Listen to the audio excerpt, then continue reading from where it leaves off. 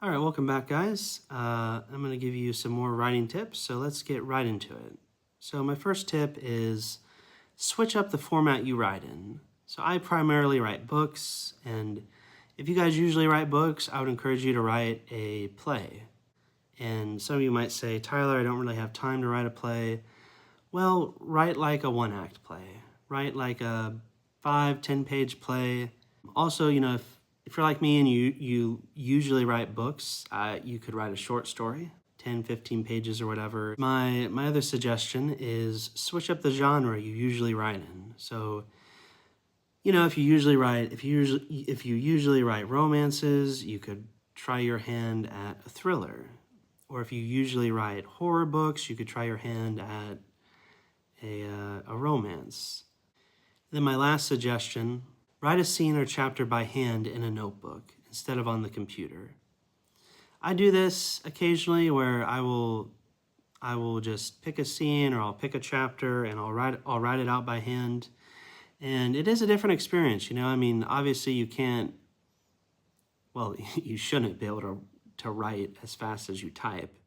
I'd be impressed if you did though, but get yourself a notebook, pick a scene, pick a chapter, and just write it out by hand. All right, so next, write down the emotional beats you want to hit in a scene or chapter. So for me, I'm writing this book, and I have some bullet points where it's like, okay, I want to show that my main character is bitter towards her friends, and I want to show that I want to show her procrastination. So those are like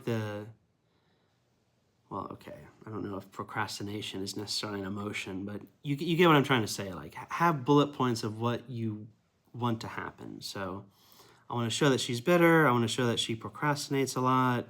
If you're writing a book, you could have a bullet point where one character is jealous of another character, just stuff like that.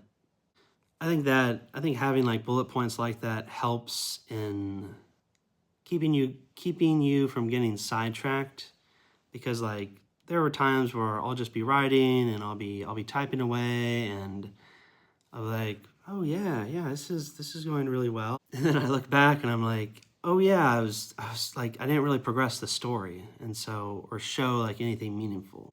So the next thing is, so I initially worded this for Christians, but this could be for anyone. So I think that an important question to ask yourself is, does this align with my personal convictions?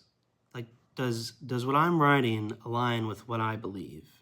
So like if you're a Christian, you could ask yourself, does this glorify God?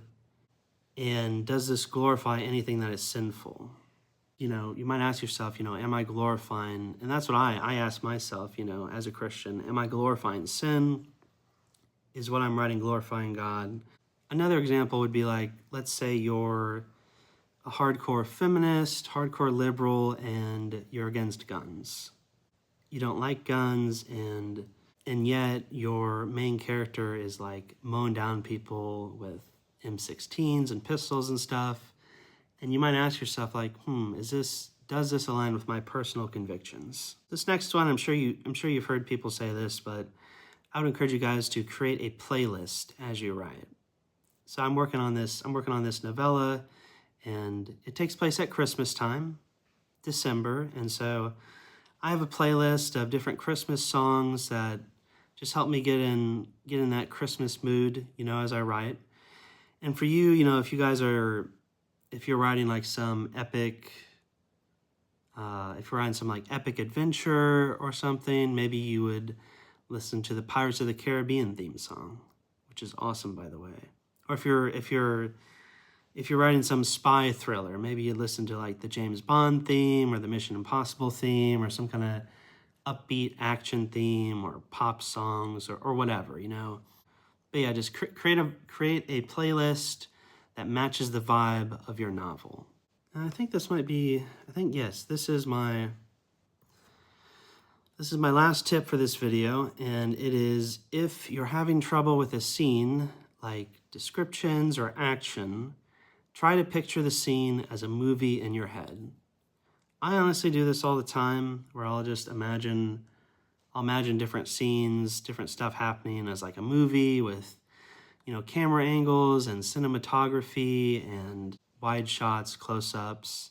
So, and then as you're picturing it, you can write down what you see. And it's like you're describing the mental movie in your head. But yeah, that's pretty much it. Those are my tips. Hope you guys have a good day. Best of luck with whatever you guys are working on.